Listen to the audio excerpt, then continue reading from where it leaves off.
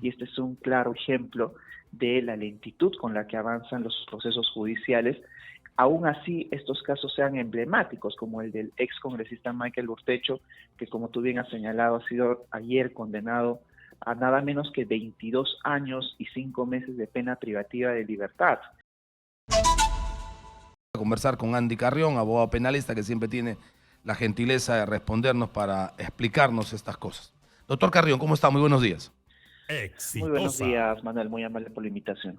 Bueno, lo primero que llamó la atención de todo el mundo es este asunto de cómo puede demorar 10 años un proceso. ¿Desde dónde se explica eso, doctor Carrión, para una sentencia en primera instancia? Y yo creo, Manuel, que esto tiene que ver también con los ámbitos que se han discutido durante los últimos días de la prescripción, ¿no? De por qué prescriben los casos. Y este es un claro ejemplo de la lentitud con la que avanzan los procesos judiciales.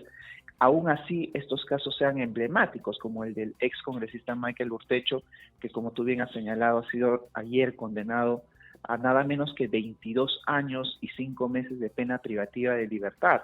Y la demora se debe, entre otras causas, primero a la lentitud de la investigación que siguió en primera instancia la Fiscalía y posteriormente también a la poca celeridad con la que el Poder Judicial dilucidó este caso ya en el propio juicio de paz, que como todos hemos advertido, no solamente ha impuesto una pena muy severa en contra de Michael Urtecho, sino también en contra de su esposa, con lo cual el mensaje que manda el Poder Judicial es de que no solamente aquel que moche el sueldo debe de ser condenado con una pena tan severa como la de 22 años, sino además todos aquellos que coadyuvan a que este delito pueda ejecutar. No, y en el caso de la ex esposa del señor Urtecho es mayor, ¿no? Porque a ella la condenaron en primera instancia a 28 años de prisión. Y los delitos serían concusión, apropiación ilícita, lavado de activos, peculado. La pregunta que nos hacemos también todos es, este tema de Urtecho calza con los probables delitos cometidos ahora en estos últimos meses denunciados al interior del Congreso de la República con los y las famosas mochasueldos, doctor Carrión. Por supuesto, Manuel, y de hecho también en el mismo medio que ahora están muy responsablemente dirigiendo, yo comenté en su oportunidad que los casos de los actuales mochasueldos que vienen siendo investigados por la Fiscalía de la Nación también ameritaba no solamente investigar por el delito de concusión, que es el delito por el cual ahora mismo fue condenado Michael Urtecho, sino que también ameritaba la investigación por el delito de enriquecimiento ilícito, puesto que él se ha apropiado ilícitamente de los fondos, de los bienes, de los honorarios de los propios trabajadores y subordinados, sino que esos dineros también sirvieron para que él injustificadamente incremente su patrimonio. Y eso es un modus operandi que también lo observamos actualmente en los congresistas que vienen siendo investigados. Y es por ello el motivo de la pena tan grave que ha impuesto el tribunal en esta primera instancia, Manuel. 22 años es una pena muy alta, solamente vinculándola a un delito de concusión. Pero como ha sido también condenado por el delito de enriquecimiento ilícito, entonces eso eleva sustancialmente la pena y llega, como el tribunal lo ha hecho, a los 22 años. Y también en el caso de la esposa del ex congresista, a ella se le imputó además, adicionalmente, el delito de lavado de activos, y este delito es especialmente grave y esa es la explicación del por qué respecto a ella el tribunal cumple con imponer 28 años de pena privativa de libertad. Más bien no se entiende mucho por qué al señor Urtecho no le han imputado el delito de lavado de activos, ¿no? Digamos, siendo, en el momento eran esposos, estamos hablando de una sociedad conyugal, el beneficio debería ser para la sociedad conyugal, entonces no, quizá haya una discriminación que yo no entiendo, que ustedes los abogados nos pueden explicar mejor. ¿Cómo es posible que pueda lavar dinero la esposa y el esposo no, cuando al final son los trabajadores del esposo el que terminaba dando el dinero? Sí, esto tiene una explicación jurídica, Manuel, centrada en que el delito de enriquecimiento ilícito y también el delito de lavado de activos son excluyentes. O bien puedes imputar uno o bien otro. En el caso del enriquecimiento ilícito, es un delito que puede ser cometido únicamente por funcionarios públicos. Es decir, es únicamente el funcionario público quien indebida o injustificadamente se enriquece, incrementa su patrimonio en base al abuso del cargo. Pero cuando uno ya imputa el delito de enriquecimiento ilícito, ya no puede imputar el delito Correcto. de lavado de activos, porque Correcto. el lavado de activos es en efecto recibir bienes que tienen un origen criminal o fondos que tienen ese origen criminal y que sí lo ha recibido la esposa del ex congresista. Es por ello que no pudieron imputar el delito de lavado de activos a Michael Urtecho, pero sí a su esposa porque ella no era funcionaria. Muy bien. Ahora, ¿qué elementos valoró el juez para decir sí, aquí hay, en el caso 1 hay concusión y hay además enriquecimiento ilícito, y en el caso 2 hay concusión, hay apropiación ilícita, hay lavado de activos? ¿Qué elementos ha tomado en cuenta? Porque quería hacer la comparación a ver si esos mismos elementos podrían existir en los actuales mochasueldos del Congreso de la República.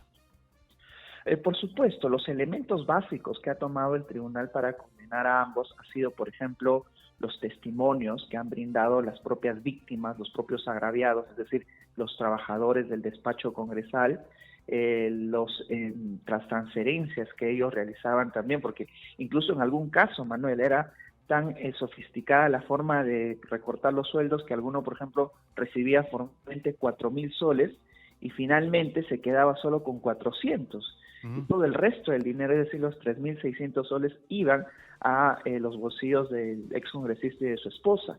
Además, también los mensajes que intercambiaban entre ellos, las pericias contables que se realizaron a efectos de demostrar que hubo un incremento patrimonial injustificado, entre muchas otras pruebas, Manuel, que también podrían perfectamente replicarse en los casos que actualmente se están ventilando en contra de algunos congresistas. De hecho, ya se ha abierto indagación, ¿no?, por el caso del presidente del Congreso desde la Fiscalía de la Nación. Por supuesto, ya se ha abierto indagación. Existe no solamente un congresista que en rigor es el representante de todo el Congreso de la República, que es Alejandro Soto como presidente de este poder del Estado, sino muchos otros congresistas en los que se ve replicado, como te voy a señalar algunas de las pruebas que también se han tomado en cuenta a la hora de imponer sanciones tan graves, Manuel. Uno podría decir, no, el delito de concusión puede eventualmente llegar hasta 8 años de pena privativa de libertad, pero eventualmente imponer solo 6, pero vemos de que cuando hay concurso de delitos, no solamente el de concusión, sino asociación ilícita o algún otro, pueden imponerse también penas tan severas como la de 22 años de pena privativa. Y calzaría lavado de activos también, si es que se podría dar y si es que se ve que ese dinero luego ha sido, digamos, utilizado para otras cosas, ¿no?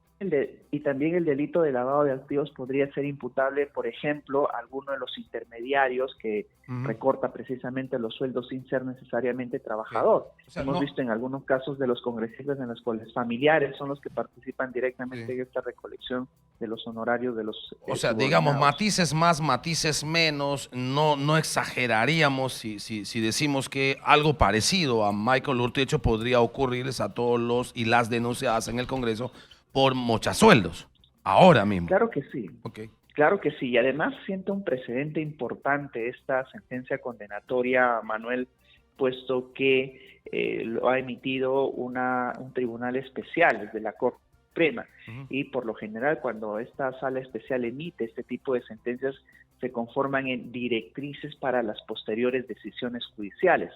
Ahora, también hay que señalar de que esta sentencia fue impuesta por ahora en una primera instancia. ¿No? Es una primera instancia en la que se ha decidido condenar estos años de pena privativa de libertad, pero veamos ahora cómo resuelve la segunda instancia, porque entiendo de que también los imputados, es decir, los ahora condenados, van a cumplir con apelar esta decisión, y en todo caso lo que ha hecho el tribunal excepcionalmente es señalar de que no se va a ejecutar la pena de manera inmediata, porque normalmente y de acuerdo a las reglas del ordenamiento procesal, una sentencia condenatoria se ejecuta de manera inmediata, es decir, ahorita deberían ser conducidos, el día de ayer a los penales.